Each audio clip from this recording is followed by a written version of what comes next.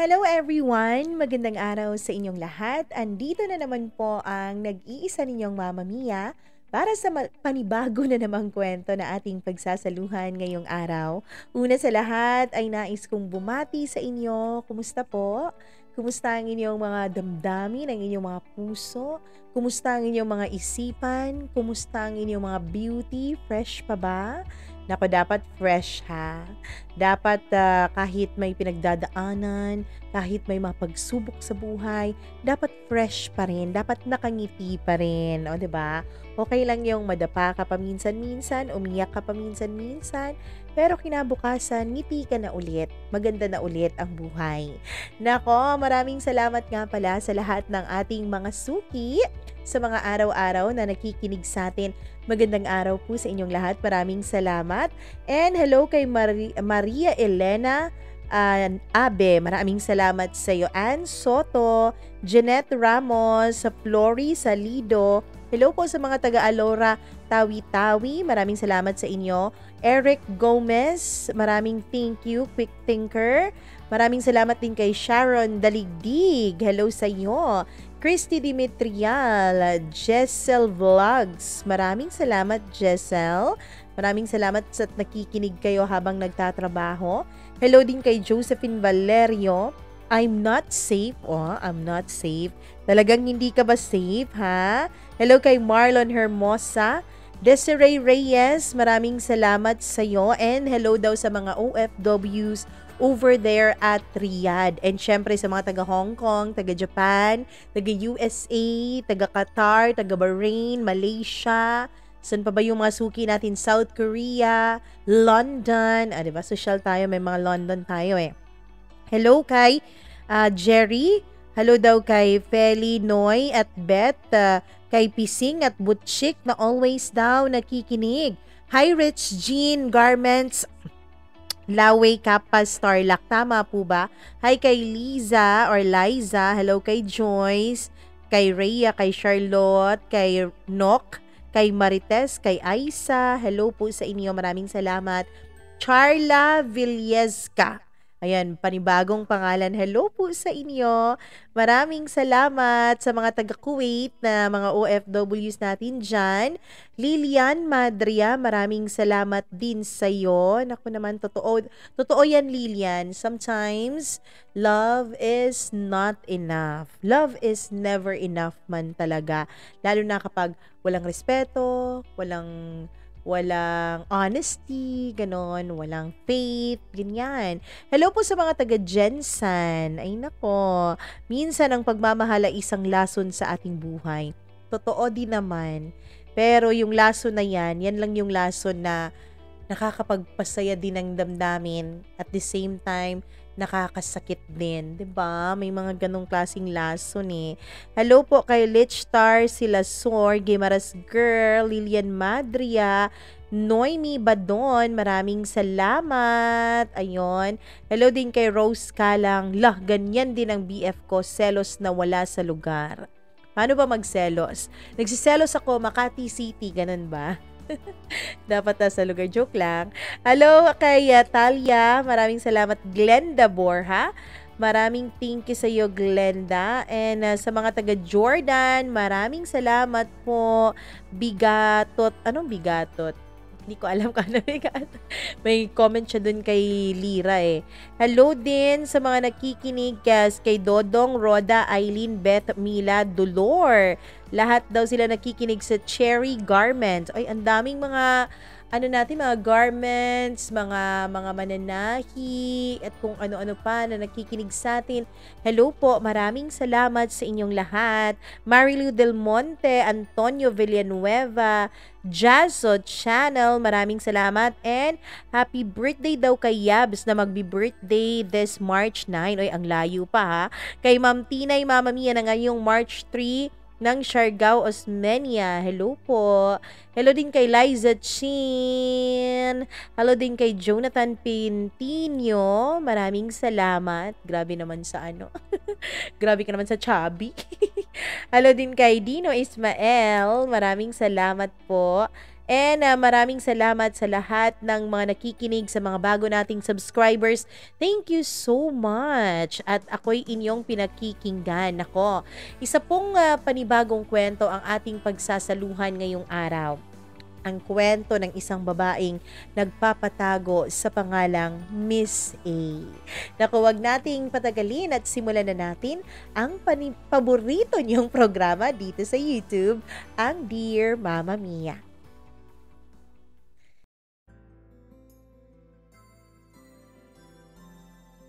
May mga bagay na nangyayari ng aksidente. Pero minsan, yung mga aksidente na yon ang magdidikta sa takbo ng kinabukasan at ng iyong buong pagkatao. Minsan, ang mga aksidente na yon ay magdadala sa iyo sa lugar kung saan ka dapat nakalugar talaga. Dear Mama Mia, magandang araw sa iyo, lalong-lalo na sa mga araw-araw na nakikinig sa inyong programang katulad ko.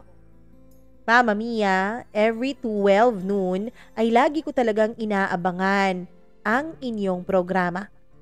Lagi po talaga akong nakikinig. Kahit na may trabaho ako, ang ginagawa ko po ay nag-headset po ako nang sa ganon ay hindi ako makaistorbo sa amo ko. Pero Mama Mia, masasabi ko po na isa po talaga kayo sa mga naging inspirasyon ko, lalo na nung mga panahon na may pinagdadaanan ako. Mama Mia, mag-iisang taon na rin siguro akong tagapakinig ninyo. Tandang-tanda ko pa, Holy Week last year, nung una kong marinig ang mga kwentong iyong itinatampok.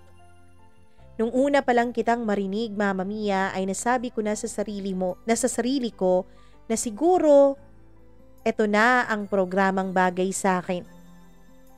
Ang totoo niyan ay matagal ko nang gustong sumulat sa inyo. Matagal ko nang gustong i-share ang mga nararamdaman ko. Kaso lang Mama Mia, nitong huling mga linggo lang ako nagkaroon ng lakas ng loob. Mama Mia, pakitago na lang po ako sa pangalang Miss A. Dito po ako sa Mindanao ngayon. Mama Mia, ang sabi ng iba, dapat ang pinaka-importante sa isang babae ay ang kanyang dignidad, ang kanyang pagkatao, at ang kanyang reputasyon, lalong-lalo na sa iba. Pero Mama Mia, papaano kung wala ka ng mga bagay na yan? Papaano kung wala na ang dignidad sa'yo? Papaano kung wala na rin ang puri at reputasyong matagal mo nang iniingatan? Siguro Mama Mia, meron ka ng idea kung ano ang takbo nitong aking sulat. Simulan natin ang lahat nung ako ay 4th year high school pa lamang. Mama Mia, noon po ay crush na crush ko talaga ang battalion commander namin sa aming CAT na itago na lang natin sa pangalang Joseph. Gwapo kasi talaga si Joseph, Mama Mia, at napakadisiplinadong lalaki. Yung lalaki na alam mong hindi magbibiro. Yung lalaking alam mong hindi magloloko. Mama Mia, alam ko po na napaka-loyal ni Joseph. Napakabait din niya. At syempre, lahat po ng mga magagandang katangian na hahanapin mo sa isang lalaki ay sa kanya mo talaga makikita. Ang kaso nga lang, Mama Mia, ay hindi ko po pwedeng maging boyfriend si Joseph. Kasi boyfriend na siya ng isa sa mga best friends ko na itago natin sa pangalang Giselle. Mama Mia, hanggang crush na lang talaga ako noon kay Joseph. Walang ibang nakakaalam ng nararamdaman ko sa kanya dahil pinili ko yung itago sa takot na makamagalit sa akin ng kaibigan ko. Pinilit kong ikubli ang nararamdaman ko kahit ang totoo, Mama Mia. Paminsan-minsan ay gusto na ring kumuwala ng damdaming nararamdaman ko para kay Joseph. Mama Mia, sa araw-araw na nakikita ko silang dalawa na sweet sa isa't isa ni Giselle, ay talaga namang nasasaktan ako ng palihim. Pero hindi ko na lang yon iniinda. Iniisip ko na lang na ganun talaga ang buhay. May mga bagay na gusto ka na kailanman ay hindi mo maaangkin. At siguro isa si Joseph sa mga bagay na yon sa buhay ko. Pero iba rin talagang maglaro ang kapalaran, Mama Mia.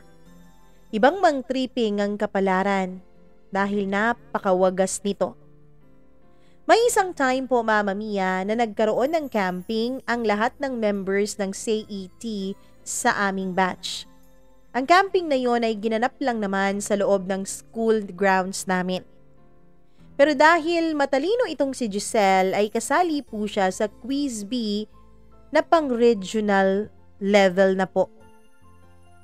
Kaya naman exempted po siya pati na rin ang iba niyang mga kasamahan sa Quiz B na yon sa nasabing CAT camping. Exempted sila sa activity na yon dahil mas importante sa school, Mama Mia, ang manalo sila. Kaya naman puspusan ang naging training noon ni Giselle. Wala na siyang halos oras para sa aming mga kaibigan niya at siguro pati na rin sa boyfriend niya. Mama Mia, normal lang naman dapat ang camping na yon. Wala naman talagang mga espesyal kundi halos training lang naman lahat na nakakapagod talaga. Papasok ka sa umaga na puti ang t-shirt mo pero pagdating ng hapon ay kulay brown na yon dahil sa labis na training. Mama Mia, ang akala ko ay normal lang talaga nalilipas ang 2 araw na camping na yon. Pero sa huling gabi ng camping, Mama Mia, ay nagkaroon po ng trip ang aming mga kaklase. Isang trip na maglariw daw kami ng spin the bottle. Isang buong grupo kami. Hindi naman sa bawal yun, Mama Mia, dahil lang totoo ay patapos naman talaga ang camping at kinabukasan din ay uuwi na kami sa aming mga kanya-kanyang bahay. Tapos na rin ang mga drill namin. Para naman mag-enjoy daw kami ay pinayagan kaming maglaro ng spin the bottle game. Nung una ay masayang-masaya pa ako. Masayang-masaya ako sa mga truth or dare na nilalaro namin kung sino man ang matsetsempuhan nung ulo ng botelya.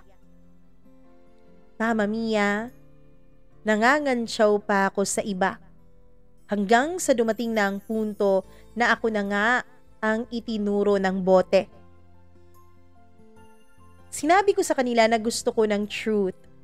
Ang totoo, alam ko naman na ang itatanong nila sa akin ay tungkol sa lalaking nagugustuhan o napupusuan ko.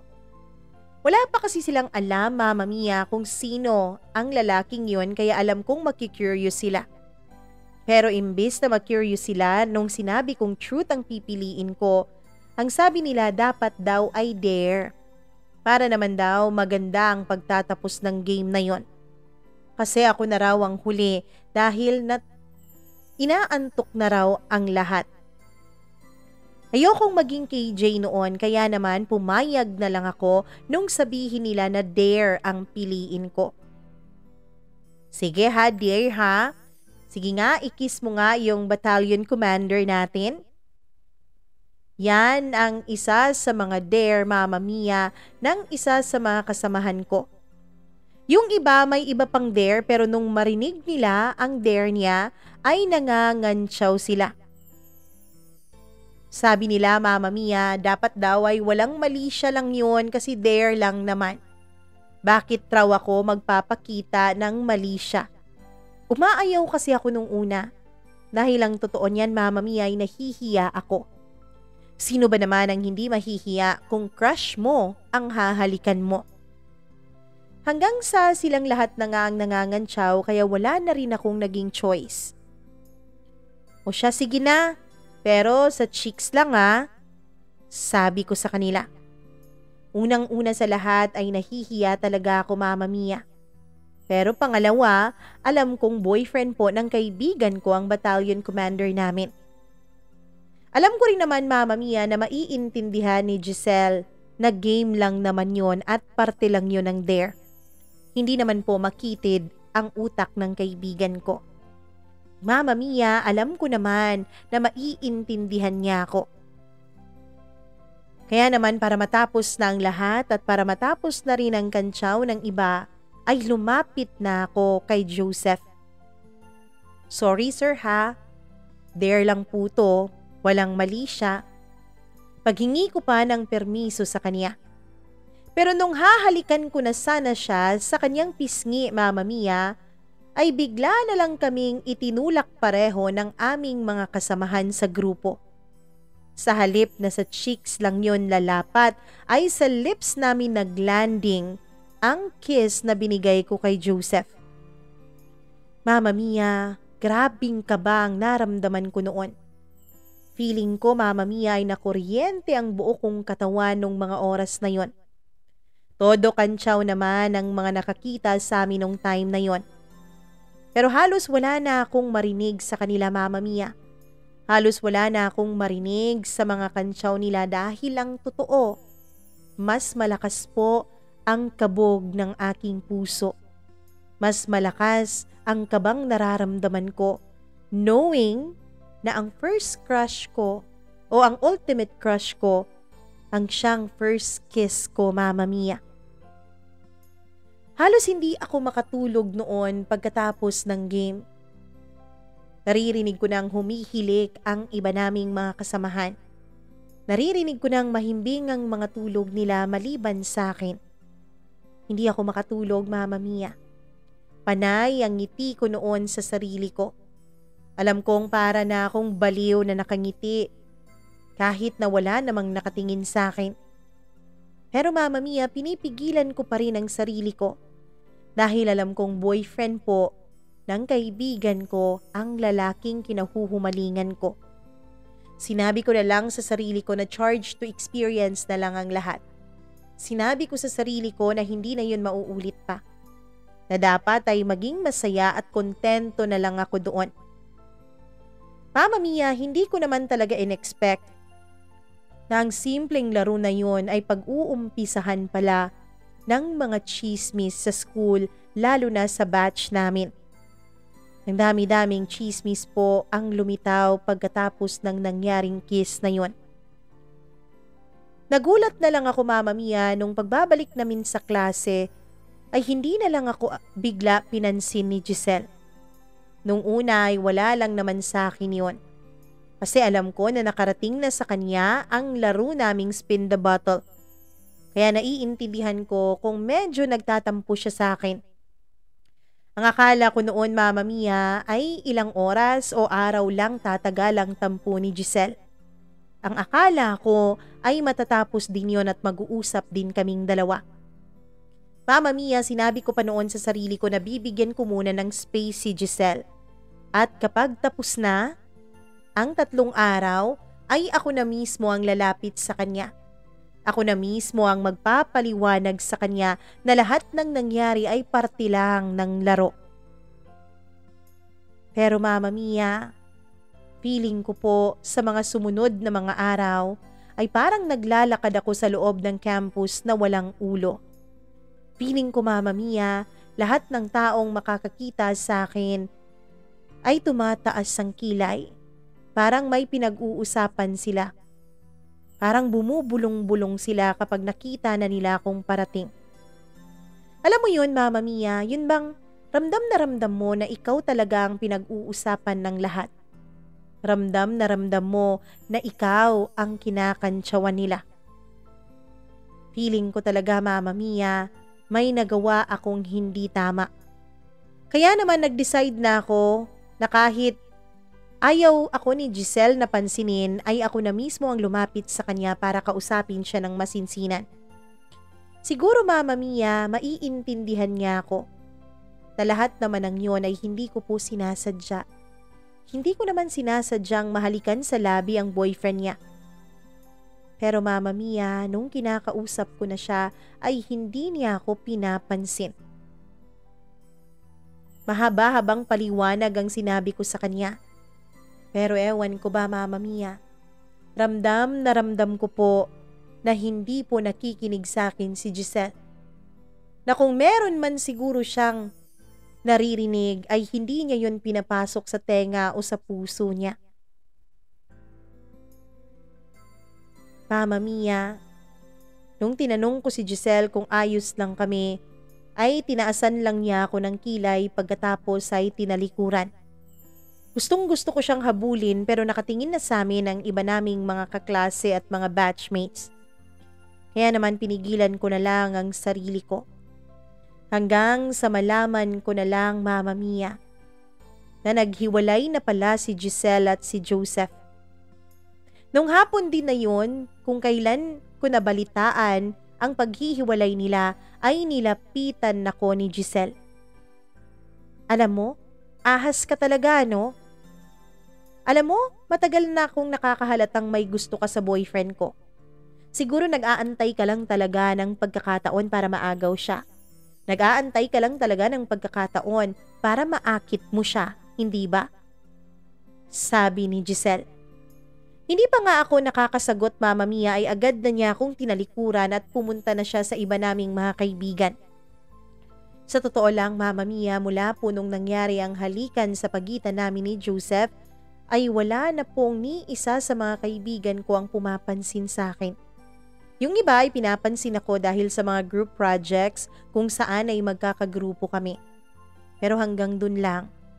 Wala na yung dating closeness namin. Wala na yung dating pagpapahalaga nila sa akin. Mama Mia, napakasakit noon para sa akin. Napakasakit na wala nang natitirang kaibigan sa akin dahil lang sa nangyaring simpleng halikan na yon na hindi ko naman talaga sinasadya. Ang totoo niyan, Mama Mia, ay naisip ko noon na gusto ko nang wag nang mag-aral. Gusto ko nang tumigil sa pag-aaral ko. Mama Mia, ayaw ko nang mag-aral noon dahil pakiramdam ko ay wala naman ni isang may gusto na nandoon ako sa school. Alam mo ba na ang bigat-bigat sa feeling nung alam mong ikaw lang ang pinagchichismisan ng lahat at harap-harapan ka ring pinaparinggan ng iba, Mama Mia. Lalo na si Giselle. Mama Mia, nag-try naman si Joseph na mag-reach out sa akin para kausapin ako. Pero as much as possible, ay umiiwas po talaga ako sa kanya. Alam ko na mas lalong lalaki ang chismis kapag may makakita sa aming dalawa na nag-uusap. Alam kong mas magagalit si Giselle. Alam kong mas mapapahamak ako. Ganun naman kasi talaga, Mama Mia, lalo na kapag kaibigan mo ang ex ng isang lalaking lapit ng lapit sa'yo. Ikaw ang lalabas na masama kahit na wala ka naman talagang ginagawang masama. Mama Mia, ang totoo niyan, gabi-gabi akong nagdarasal na sana bumilis ang takbo ng oras. Gusto ko nang hilahin ng mga araw para umabot na agad sa graduation day namin. Gustong-gusto ko nang tumigil noon sa pag-aaral pero alam kong ako lang din ang mahihirapan kapag gagawin ko yon. Naisip ko na lang, ilang buwan lang din naman at matatapos na ang lahat. Kaya naman tiniis ko na lang, Mama Mia. Tiniis ko na lang na mag-isa.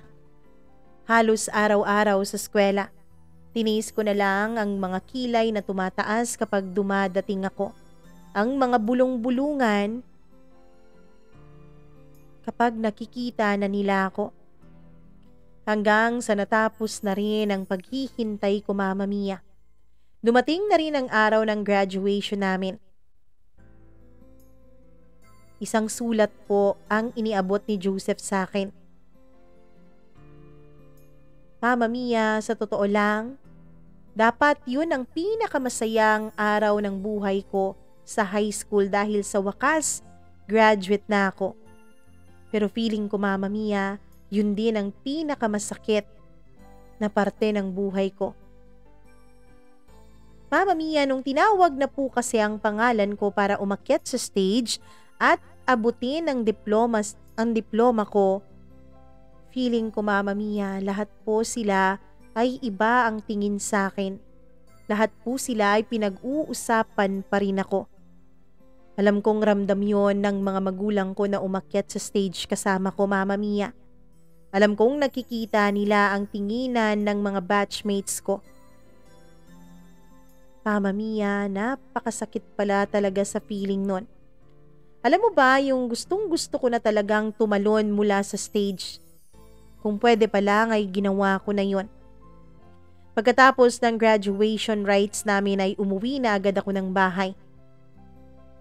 Mama Mia, ang sabi ng mga magulang ko ay pwede ba raw na kumain muna kami kahit nasa karinderya lang sa labas. Pero hindi ako pumayag. Ayokong mag-celebrate, Mama Mia. Oo, at ka-celebrate naman talaga at nagtapos ako ng high school, pero ayokong gawin yon. Ayoko, Mama Mia, dahil hindi ako masaya. Hindi ako masaya sa graduation na yon. Hindi ako masaya sa high school life ko. Kahit ang totoo ay 4th year lang naman na mess up ang buhay ko. Pagdating ko sa bahay ay kumain lang ako ng konti at pumasok na rin sa loob ng kwarto ko. Hanggang sa naisip ko ang sulat ni Joseph.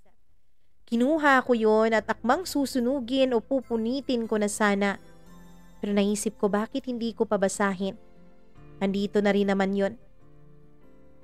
Mama Mia, gulat na gulat ako sa mga ipinagtapat ni Joseph doon sa sulat. Sorry, Miss A, kung silang lahat ay iba ang tingin sa'yo. Sorry, kung silang lahat ay may galit sa'yo. Pero sana maisip mo may isang taong hindi galit sa'yo. May isang taong nag-aalala sa'yo. At ako yun. Alam mo ba? Sising-sisi ako sa desisyon ko noon na si Giselle ang liligawan ko. Ang totoo niyan, ikaw naman talaga ang una kong nagustuhan. Ikaw naman talaga ang unang nilalaman ng puso ko. Kaso, ang alam ko kasi ay ayaw mo ng manliligaw. Ang alam ko kasi ay strikta at maldita ka. Ang alam ko kasi ang sinasabi ng iba na masama ang ugali mo.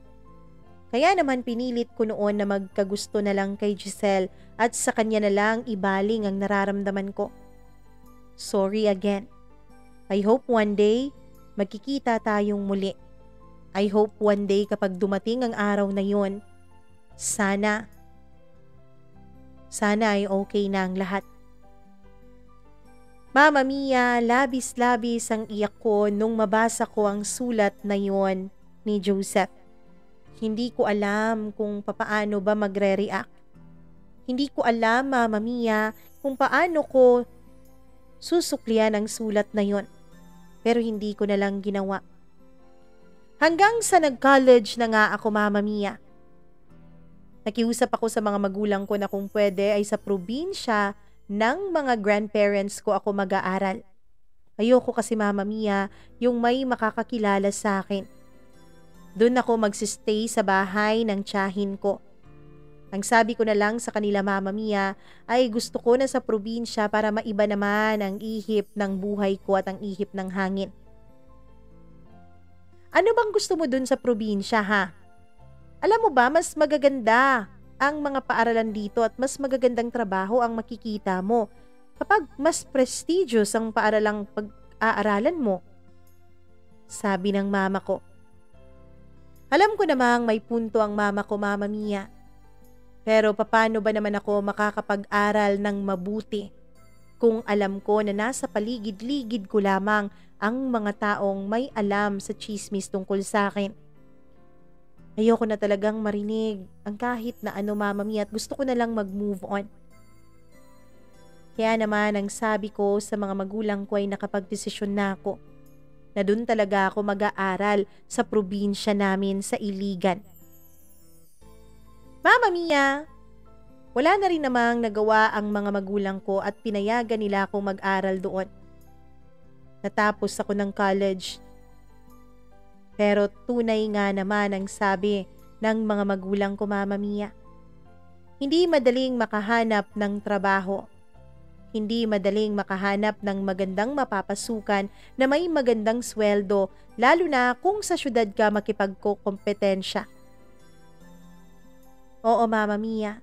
Pagkatapos kasi ng graduation ko sa college, ang tingin ko ay nag-mature na ako.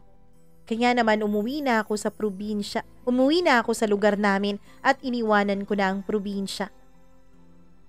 Pero Mama Mia, 2 buwan lang po matapos ang graduation ko sa college ay sunod-sunod na trahedya ang nangyari sa buhay namin.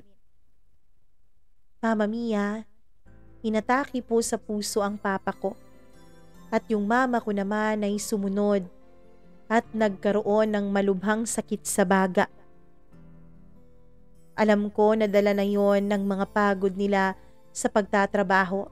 Bata pa lang kasi nagtatrabaho na at nagbabanat na ng buto ang kapwa ko mga magulang. Pareho kasi silang hindi nakapagtapos ng kanilang pag-aaral. Pareho kasi sila, Mama Mia, na kailangan po na magbanat ng buto para sa kani-kanilang pamilya.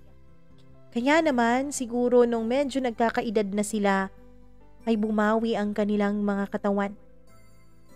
Mama Mia, dahil sa nangyari ay sunod-sunod na gastos po ang ginawa namin.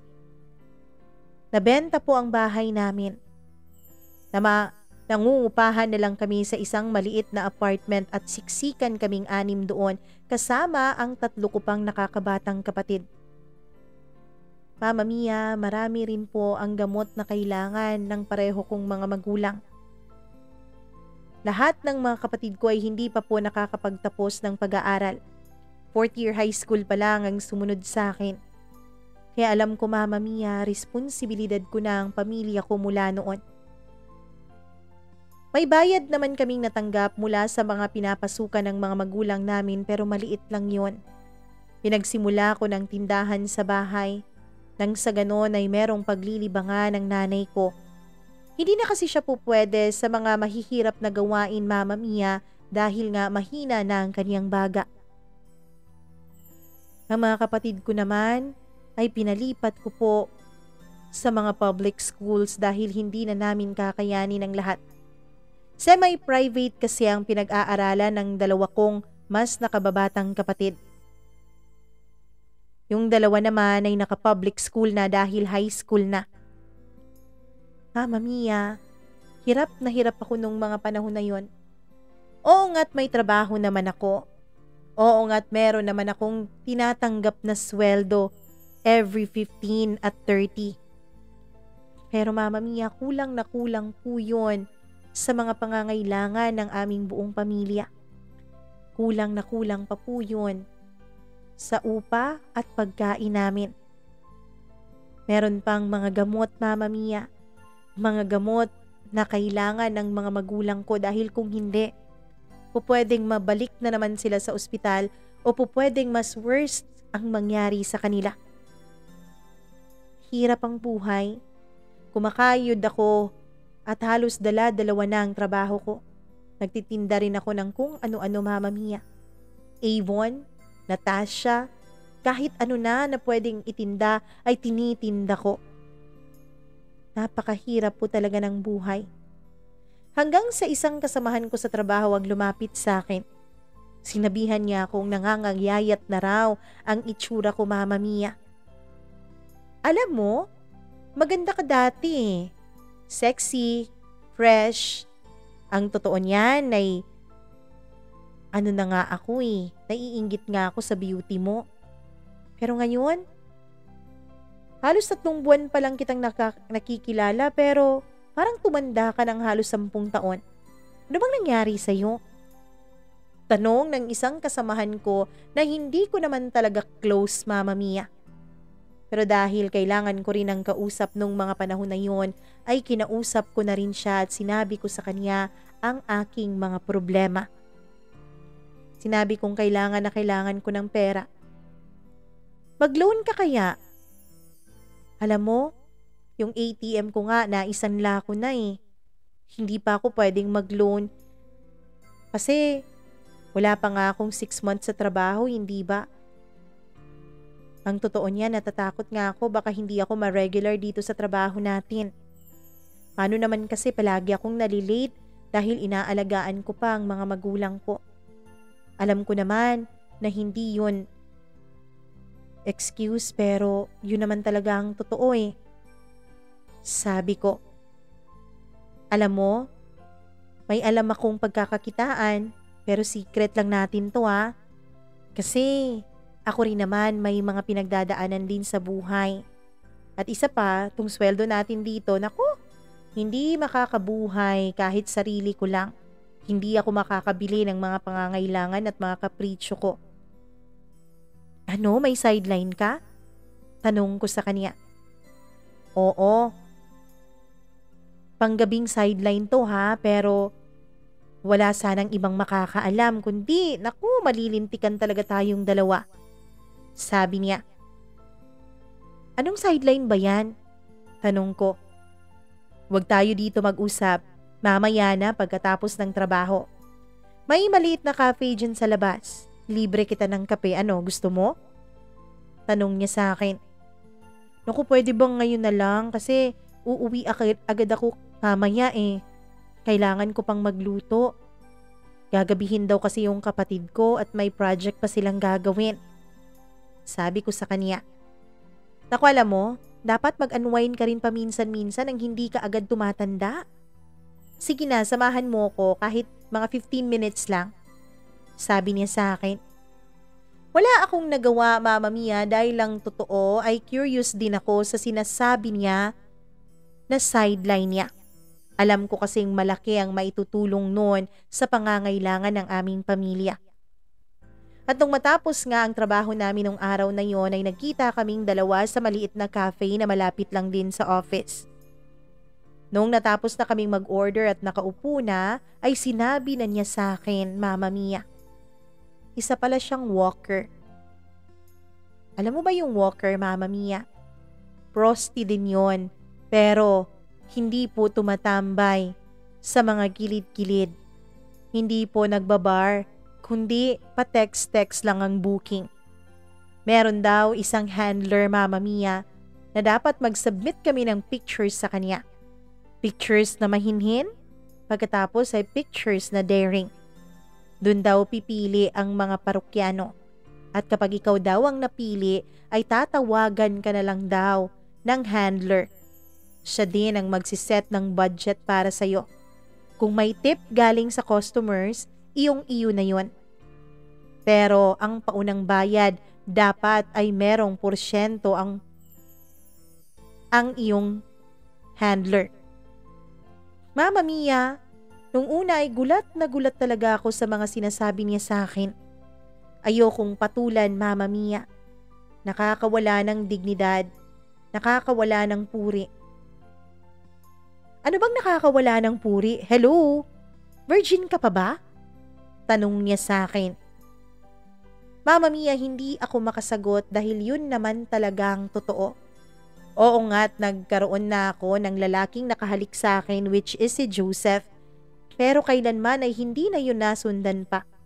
Hindi naman kasi ako pumasok sa relasyon nung nag-college ako dahil sa takot ko, Mama Mia, na baka mapagchismisan at masira na naman ang dignidad ko. Doon ko naisip, kahit anong iwas ko pala, ay dignidad ko rin pala ang magiging sagot sa kahirapan ng aming pamilya. Sige na, ano, gusto mo ba? Mag-picture ka na lang pagkatapos send mo sa akin. O di kaya ako na magbibigay dun sa handler. Pati number mo ibibigay ko ha?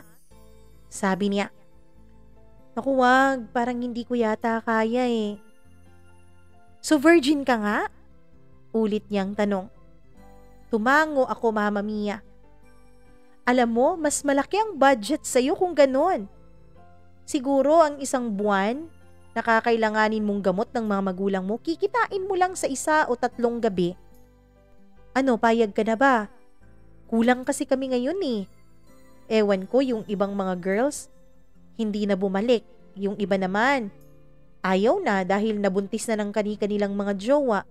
Tapos dumami pa lalo yung mga parokyano. Alam mo ba na nakakadalawa, minsan nga 3 customers ako sa isang araw? Sabi niya sa akin na siyang nagpalaki ng mga mata ko, Mama Mia. Ano? 3? Kinakaya mo yun? Tanong ko. Oo, no, syempre, wala naman akong magagawa kundi kayanin. Mama Mia, tumanggi po ako sa offer niya. Kahit naman kasi hirap na hirap ako, ay naisip ko rin, Mama Mia, na ayoko po ng ganon. Ayoko po na binibenta ko ang aking puri sa iba. Sige, ikaw ang bahala. Pero alam mo na ha, pwede mo akong lapitan kapag nagkaroon ka ng problema. Sabi niya sa akin. Tumango na lang ako. Wala naman akong balak na patulan yon, Mama Mia. Wala akong balak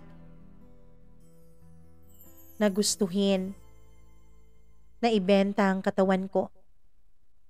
Pero Mama Mia, sadya nga talagang mapagbiro ang tadhana.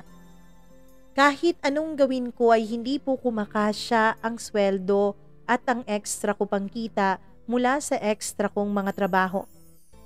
Kahit nga Saturday at Sunday, Mama Mia, ay pinapatos ko na kahit anong extrang mapagkakakitaan, pero wala talaga. Napapagod lang ang katawan ko. Nahahagard lang ako. Tumatanda lang ako, tama ang kasamahan ko sa trabaho. Hanggang sa isang araw ay muli na namang inatake sa puso ang papa ko. Buti na lang talaga at naagapan, pero malaki po ang naging bayarin namin sa ospital. Wala na kaming gamit na mabibenta pa dahil nabenta na namin yon noong mga unang pagkaka-ospital ng mga magulang namin. Wala nang ibang pwedeng ibenta, Mama Mia. Katawan ko na lang ang meron ako. Kaya naman kahit ayaw ko, kahit sa totoo lang, Mama Mia, ay hindi ko alam kung kakayanin ko, ay tinawagan ko po ang kasamahan ko sa trabaho. Sinabi ko sa kanya na payag na ako. Payag na ako na magbenta ng katawan ko. Pero Mama Mia, sabi ko dapat ay presyuhan nila ng mahal ang una kong customers dahil nga virgin pa ako. Tuwang-tuwa naman ang handler, Mama Mia, nung pinakilala ako ng kasamahan ko sa trabaho sa kanya. Ano bang pangalan ang gusto mong itawag ko sa iyo? Siguro ano na lang, Miss A. Oo, Mama Mia. Ang handler ko po ang unang tumawag sa akin na Miss A. Kaya yun na rin ang ginawa kong alias sa trabaho. Ang una ko pong customer, Mama Mia, ay isa pong matandang lalaki na mayaman. Nakakatakot po ang itsura niya. Manyak na manyak po ang dating niya. Pero wala naman akong magagawa. Wala akong magagawa noon, kundi ang pumikit na lang nung simulan na niyang angkinin ang katawan ko. Nakakatakot, Mama Mia. Nakakatakot, pero wala akong ibang magagawa noon. Kailangan ko ng pera.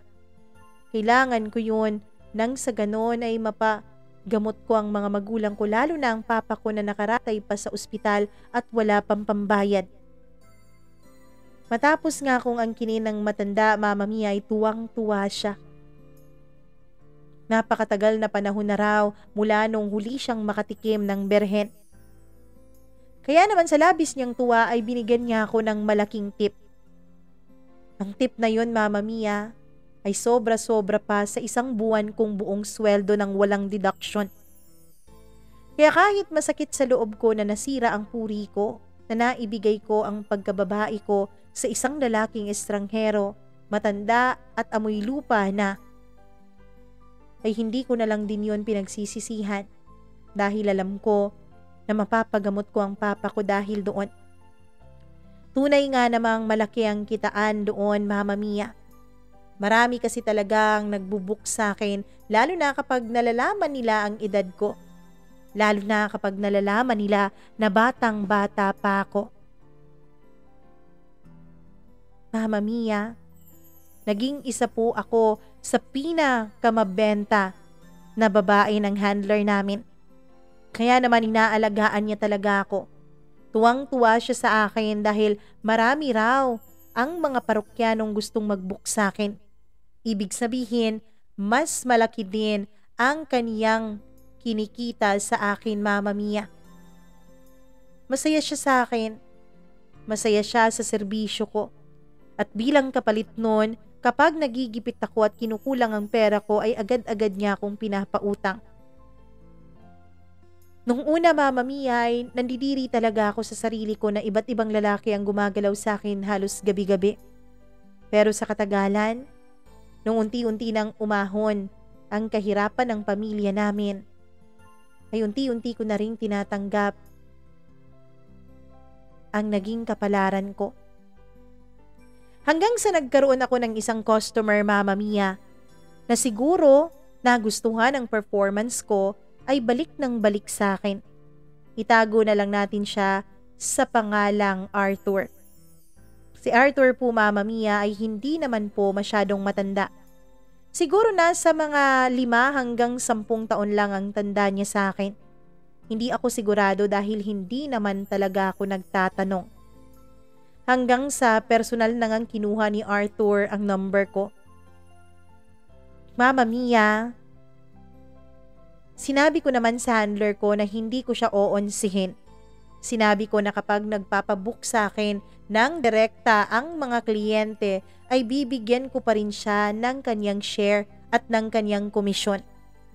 Alam ko kasi, Mama Mia, na kailangan niya yon. Alam ko rin na kailangan ko rin na alagaan ang relasyon naming dalawa kung gusto kong mas magkapera pa. Kaya naman nagtiwala talaga sa akin ang handler namin. Kaya may mga customers na katulad ni Arthur na nakakakuha ng personal number ko. Mama Mia, hindi lang 3 beses kundi siguro mga 5 beses din akong binook ni Arthur nang kaming dalawa lang ang nag-uusap. Hanggang sa isang araw ay tumawag muli ang number ni Arthur habang nasa opisina ako. Dali-dali akong nagpunta ng CR para kausapin siya. Sinabi kong mamaya na lang kami mag-usap. Pero bago pa ako matapos sa sasabihin ko ay boses babae po ang nasa kabilang linya. Ikaw ba ang kabit ng asawa ko? Sabi nung babae. Po? Hindi po nagkakamali po kayo. Alam mo, hindi ako nagkakamali. Kitang-kita ko ang pangalan mo dito, oh, Miss A. Pagkatapos, alam mo ba, yung gallery ng asawa ko, may mga nude mong pictures? Ang landi-landi mo. Malalaman ko rin kung sino ka. Pagkasabi niya noon, Mama Mia, ay bigla niyang pinatay ang telepono. Kinagabihan ay inantay ko po na tumawag sa akin si Arthur pero hindi nangyari yon. Siguro nga nag-away silang dalawa ng asawa niya. Siguro nga, Mama Mia, ay hindi na siya magpapakita pa sa akin. Pinanatag ko na lang ang loob ko. Sabi ko sa sarili ko, ayos lang. May iba pa naman akong customers. Pero sa paglipas ng mga araw, Mama Mia, ay gulat na gulat ako nung sabihin ng kasamahan ko sa trabaho na may babae raw na naghahanap sa akin sa labas at galit na galit. Mama Mia, pagkalabas ko, dun ay gulat na gulat talaga ako. Sa dami ba naman ng mga babaeng pwedeng maghanap sa akin, bakit ang dati ko pang kaibigan? Bakit si Giselle pa? At ikaw pala yung Miss A? Nakakahiya ka? Sabi niya sa akin. Hindi ko alam kung paano niyang nalaman na ako si Miss A. Pero hinila ko siya papalayo, Mama Mia, pero nagwala siya. Bakit? Bakit mo ako hihilahin? Bakit ayaw mong marinig ng mga katrabaho mo kung anong klasing tao ka talaga? Sabi niya. Buti na lang talaga, Mama Mia, tinulungan ako ng guard. Pinaalis niya si Giselle at ako naman ay sinundan si Giselle para kausapin siya. Doon ko nalaman, Mama Mia, na si Giselle pala ang asawa ni Arthur. Napakaliit talaga ng mundo. Pinagkita nga kami ulit ni Giselle pero sa ganitong pagkakataon pa. Humingi ako ng tawad sa kanya. Sinabi kong hindi ko sinasadya na maging customer ko ang kaniyang asawa. Galit na galit siya sa akin, Mama Mia. Ang sabi niya kung hindi pa raw niya hinalungkat ang gallery ni Arthur ay hindi pa raw niya makikita ang pagmumukha ko doon dahil panay katawan lang ang nakikita niya sa ibang mga pictures. Sinabi ko na hindi lang naman ako ang babaeng nakakasiping ni Arthur. Marami itong nabubuk sa amin. Galit na galit sa akin si Giselle at isinumpa niya Mama Mia na darating din ang araw. Darating din ang araw na sisirain niya ang buhay ko. At dahil nga sa nangyari na yon, Mama Mia, ay umalis ako ng trabaho ko. Lumipat ako. Ang sabi ko sa sarili ko, wala na akong mukhang maipagmamalaki doon at ayoko rin na madamay yung katrabaho kong nagreto sa akin sa pagwo-walk. Ang gusto ko na lang gawin noon ay makalayo sa ibang tao. Pero hindi ko pa rin tinigilan ang pagwo-walk, Mama Mia, dahil yun ang kailangan namin ng pamilya ko. Lalo na at college na ang sumunod sa akin at marami na talagang gastusin. Hanggang sa Mama Mia, dumaan ng mga buwan at may nakita akong isang lalaking pamilyar sa akin. Nakita ko siya sa loob ng simbahan. Nakita rin niya ako at nilapitan niya ako at kinamusta. Si Joseph, Mama Mia. Ang ex ni Giselle na nakahalikan ko dati dahil sa isang laro. Ang sabi niya ay single pa rin daw siya. Tinanong niya ako kung single pa rin ako at tumango naman ako, Mama Mia. Nakalimutan ko noon, Mama Mia. Nakalimutan ko na hindi pala ako pwedeng makipagrelasyon. Nakalimutan ko na hindi pala yun pwede dahil sa trabaho ko. Kaya lang, Mama Mia, masyado po akong na-mesmerize at nagulat nung magkita ulit kaming dalawa ni Joseph. Kaya naman nakalimutan ko pati kung anong klaseng babae talaga ako. Nung makauwi na ako ng bahay at nakita kong nag-friend request siya sa akin sa Facebook, ay doon ko naalala ang lahat. Hindi ko siya inaccept hanggang sa panay na ang chat niya sa akin.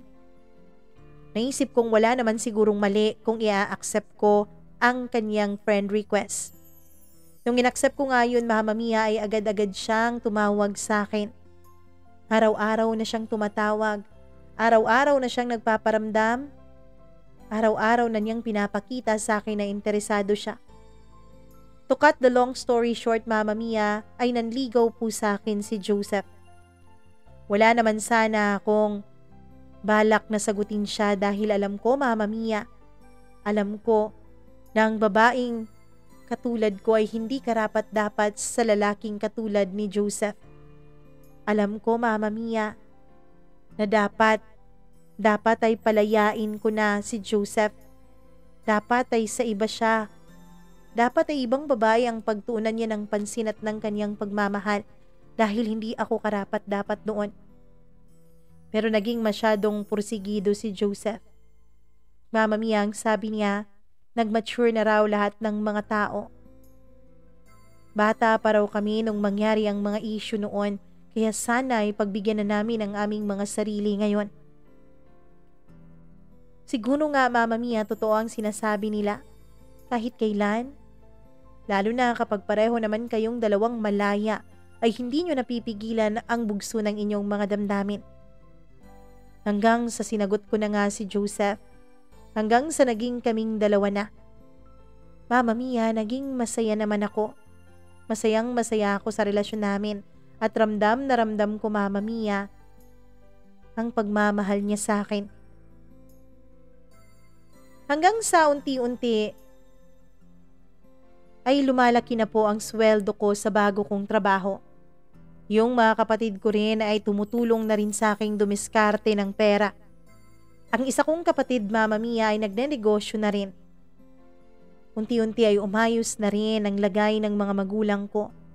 Hanggang sa pakonti ng pakonti na lang ang mini-maintain nilang gamot. Mama Mia, meron din akong isang tiyahin na tumulong sa amin. Ang sabi niya ay doon na lang kami sa bahay niya at wala naman siyang kasama dahil patay na ang kanyang asawa at hindi naman sila nagkaroon ng anak. Pumayag kami na doon na sa kanila tumira para wala na rin kaming gagastusin pa sa upa. Ang tita ko na rin ang nagbabayad ng kuryente at tubig. Tanging pagsiserbisyo lang namin sa kanya ang aming pinapalit. Mama Mia, nag-go-grocery din siya dahil malaki naman ang pension niya. Masaya siya na may nakakasama raw siya sa buhay at sa bahay. In short, Mama Mia, ay gumaan na rin ng paunti-unti ang buhay namin. Kaya naisip ko na itigil ko na ang pagiging walker ko. Binayaran ko muna lahat ng pagkakautang ko sa handler ko at doon ay nagpaalam na ako sa kanya. Malugod naman niyang tinanggap ang pamamaalam ko, Mama Mia, at ang sabi niya, wish niya raw na hindi na ako makakabalik sa pag-walk. Masayang masaya ako noon dahil eto na ang simula ng pagbabagong buhay ko kasama si Joseph. Masaya ako, Mama Mia. Hanggang sa isang araw, while nagde-date kaming dalawa ni Joseph sa loob ng isang mall, ay meron pong nakakita sa amin na dating kaklase namin nung high school. Oy Joseph, naging kayo pala talaga?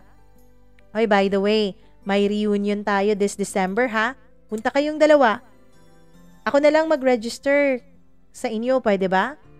Pwede bang hingi ng mga number nyo? Tanong niya. Si Joseph naman, Mama Mia, ay agad na na-excite. Ang sabi niya, panahon na raw para malaman ng lahat ang katotohanan.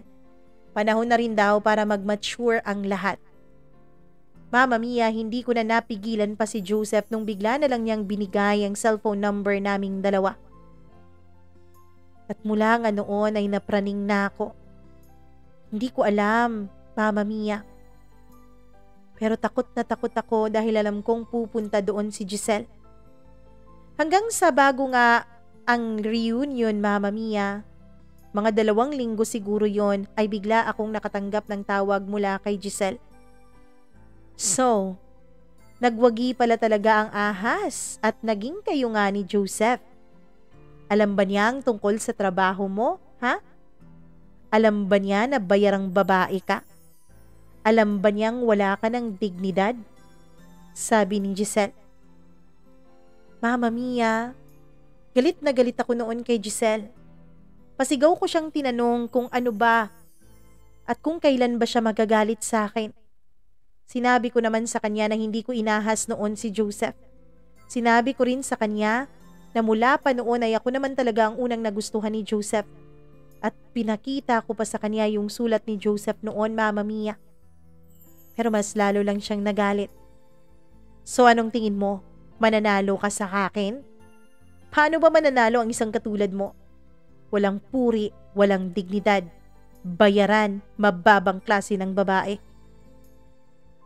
Sunod-sunod niyang pangiinsulto sa akin na labis na nakasakit sa damdamin ko at hindi ko na napigilan pang umiyak. Alam mo, kung ayaw mong mapahiya sa reunion, huwag ka nang pumunta at hiwalayan mo si Joseph. Promise, kapag naghiwalay kayong dalawa, walang ibang makakaalam tungkol sa sikreto mo. Kapag naghiwalay kayong dalawa, mananatiling tikom ang bibig ko. Hindi ko sasabihin na pati asawa ko ay ilang beses mong ikinama. Sabi niya sa akin at umalis na. Mama Mia, yun nga ang nangyari. Nangyari nga ang kagustuhan ni Giselle dahil takot na takot ako na mapahiya si Joseph sa ibang mga kaklase namin. Takot na takot ako, Mama Mia, na madamay siya sa lahat ng mga pagkakamaling nagawa ko sa buhay ko. Mama Mia, hiniwalayan ko po talaga si Joseph. Sinabi ko sa kanya na hindi ko siya gusto. Sinabi ko sa kanya na trinay ko lang naman kung may gusto pa rin ako sa kanya pero wala na.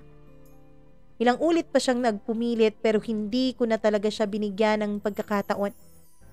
Ayokong masaktan siya, Mama Mia. Pero ayoko rin na masira ang buhay niya kapag nalaman na niya ang totoo tungkol sa akin. Mama Mia, mahal na mahal ko si Joseph. Ayokong sirain niya ang kinabukasan niya para sa akin. Mahal na mahal na mahal na mahal ko siya. Kaya ginawa ko yon.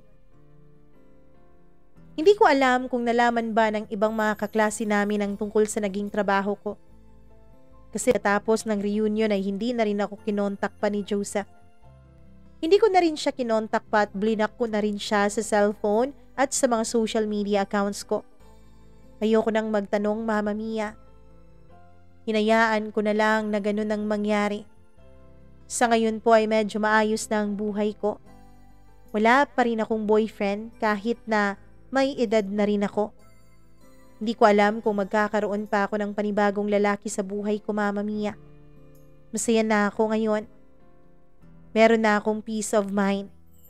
Hindi ko alam kung hanggang kailan ako hahabulin ng pagiging walker ko noon.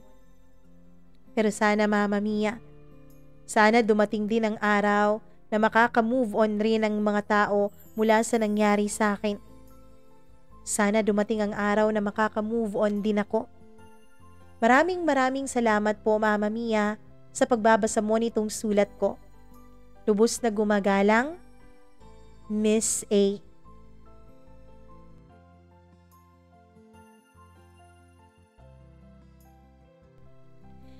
Naku, Miss A, may mga choices talaga tayo sa buhay natin na kung minsan ay ating pinagsisisihan. Pero kung minsan naman, mga choices yon na kinakailangan nung mga panahon na yon. Lalo na kapag galing ka talaga sa mahirap. Kapag hirap na hirap ka, minsan wala ka ng ibang makakapitan kundi ang patalim na alam mong makakasugat sa'yo. Alam mong magmamarka sa buong pagkatao mo. Pero kinakailangan hindi lang para sa sarili mo, kundi para na rin sa mga taong mahal mo. Alam mo, Miss A, hanga ako sa'yo. Hanga ako sa naging dedikasyon mo sa pamilya mo. Naniniwala din ako, Miss A, na darating at darating ang araw na may isang lalaking ilalaan sa'yo ang may kapal.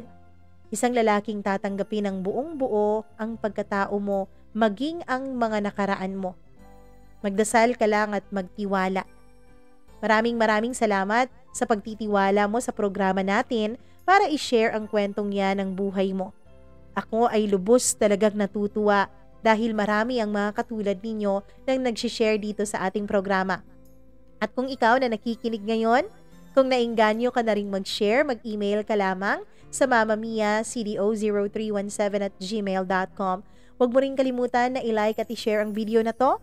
Mag-click sa subscribe button at i-click ang notification bell para lagi kang updated sa tuwing may bago tayong upload. Maraming salamat sa inyong lahat. Ako pong muli ang inyong nag-iisang Mama Mia. Magandang araw po.